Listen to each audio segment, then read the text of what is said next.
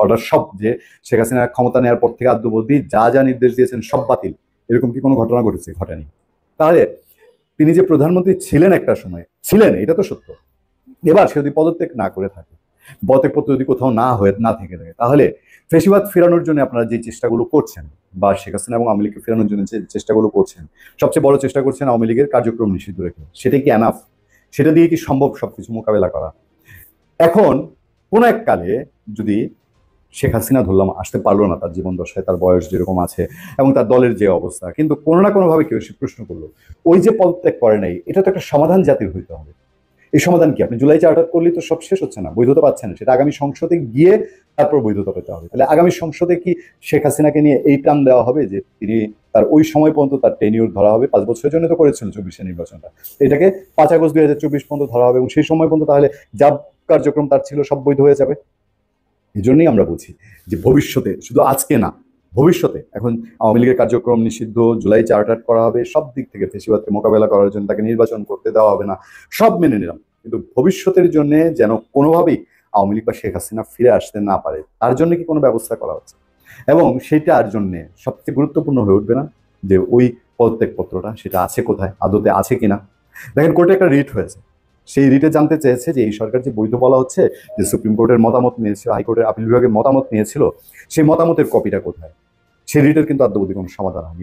এটার বিষয়ে সরকারের পক্ষ থেকে কোনো বক্তব্য পাওয়া যায়নি যে সরকারকে যে অবৈধ ইঙ্গিত করা হচ্ছে, বা সরকারের আসলে সেই ম্যান্ডেট আছে কিনা ইঙ্গিত করা হচ্ছে। এই যে এত এত দুনিয়ার কাজ তার হাতে নিয়েছে, বিশাল বিশাল জাতি বদলে দেওয়ার কাজ, বাংলাদেশের সংবিধান সংশোধন যারা করেছেন তালিকাটা যদি দেখেন, 48-49 সদস্যের সদস্য, আর আজকে যারা সংবিধান সংস্কার এবং সংস্কার কমিশনের মেম্বার ছিল, দুই পাল্লায় রাখলে একটা আকাশ পাতাল পার্থক্য হবে। সেই মানুষগুলোর নামই অন্য মহত্বের, আজকে তারা এসে এত সব কাজে হাত দিয়েছেন।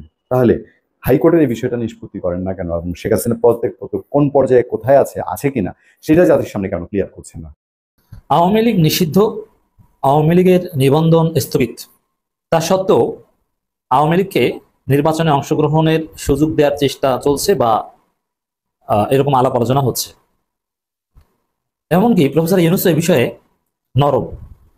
ইউনূস আগে থেকেই আওয়ামী লীগকে নির্বাচনে অংশগ্রহণ করার সুযোগ দেওয়ার পক্ষে ছিল, নিষিদ্ধের বিরুদ্ধে ছিল। কারণ প্রফেসর ইউনূস আন্তর্জাতিকতাবাদে বিশ্বাস করেন, তিনি হাইলি ইন্টারন্যাশনাল কমিউনিটি ওরিয়েন্টেড।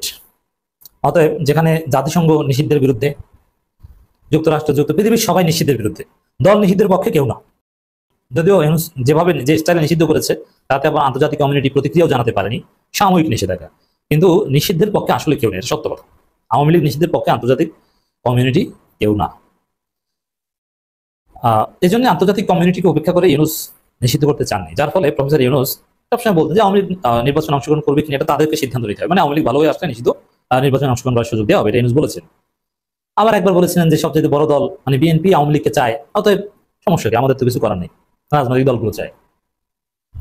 এর অর্থ প্রফেসর ইউনূস শুরু থেকেই তিনি প্রচন্ড ভারত বিরোধী, আওয়ামী লীগ বিরোধী, সব ঠিক আছে, বিচারের ক্ষেত্রে কমিটেড, কিন্তু আওয়ামী লীগকে নিষিদ্ধ করার পক্ষে ইউনূস কখনো ছিলেন না, এবং আওয়ামী লীগ নির্বাচনে অংশগ্রহণ করবে এটার পক্ষে প্রফেসর ইউনূস ছিলেন শুরু থেকে।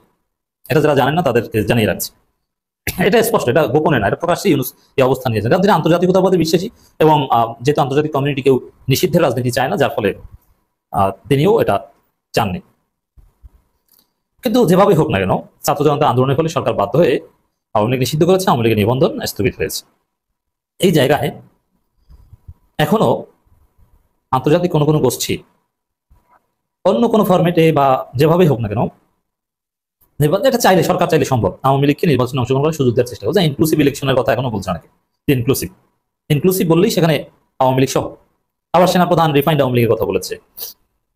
আবার জাতিসংঘের মানবাধিকার কাউন্সিলও কিন্তু আসলে এই নিষিদ্ধের পক্ষে নয়, তারাও এই নিষিদ্ধের বিধান রাখায় এই আইসিটি অ্যাক্টে যে দল নিষিদ্ধ করা যাবে বিচার করে, এটা কিন্তু ক্ষুব্ধ হয়েছে জাতিসংঘের মানবাধিকার কাউন্সিল, যারা হাসিনাকে গণহত্যাকারী হিসাবে চিহ্নিত করেছে, আওয়ামী লীগকে গণহত্যাকারী হিসেবে চিহ্নিত করেছে, কিন্তু নিষিদ্ধের পক্ষে তারা, আবার নিষিদ্ধের আইন রাখায় তারা ক্ষুব্ধ, ভলকার তুর্ক ক্ষুব্ধ। এই কারণে এই যে সারা কুকের তৎপরতা আছে এখনো, ব্রিটিশ হাই কমিশনার, যে আওয়ামী লীগকে নির্বাচনে অংশগ্রহণ করার সুযোগ দেয়, একটা বড় দল, তারা বাংলাদেশে একটা বড় অংশের প্রতিনিধিত্ব করে। যুক্তরাষ্ট্র, ভারত তো চাই, আর ভারতের প্রভাব বিএনপির উপর আছে, আবার লন্ডনে বৈঠক হয়, আবার দেখেন আওয়ামী লীগ অনেকটা চুপচাপ, অন্য কোনো উপায়ে আওয়ামী লীগকে নির্বাচনে অংশগ্রহণ করার সুযোগ দেওয়ার চেষ্টা চলছে, যদি পারবে না কিন্তু চেষ্টা চলছে। এটা আমাদের জানা দরকার না, চেষ্টা চলছে। এটা কেউ জানে না যে এই ধরনের চেষ্টা চলছে, কিন্তু ঘটনা কিন্তু ঘটছে, চলছে। এটা নানানভাবে আওয়ামী লীগকে নির্বাচনে অংশগ্রহণের সুযোগ দেওয়া যেতে পারে। সেটা হচ্ছে এই আওয়ামী লীগের একটা ভিন্ন কমিটি গঠন করে, যে ঠিক আছে সাময়িক একটা নিবন্ধন দিয়ে দিল তাদের, যেহেতু মূল আওয়ামী লীগের নৌকা এটা স্থগিত হয়েছে, এটা বাদ অন্য একটা বেলি ফুল বা জবা ফুল মার্কায় নির্বাচন করবে, গমের শীষ বা যে কোনো একটা উদাহরণ দিলাম আর কি।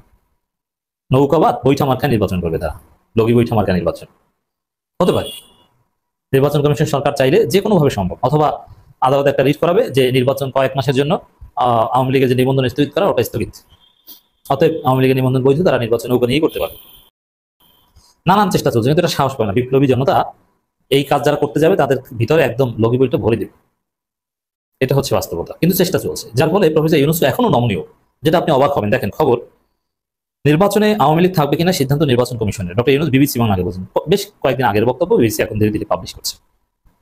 যেখানে আওয়ামী লীগ নিষিদ্ধ, যেখানে আওয়ামী লীগের নিবন্ধন স্থগিত, সেখানে প্রফেসর ইউনূস এই কথা বলেন কোন সেন্সে যে নির্বাচনে আওয়ামী লীগ থাকবে কিনা সিদ্ধান্ত নির্বাচন কমিশনের? কেন, এটা তো একটা সেটেলড ইস্যু, ফাইনাল। এটা বললেই তো পারতেন যে কিভাবে থাকবে, তাদের নিবন্ধন তো স্থগিত হয়েছে, নির্বাচন আসার কোনো সুযোগ নেই, ক্লিয়ার কথা। কিন্তু এখনো বলছেন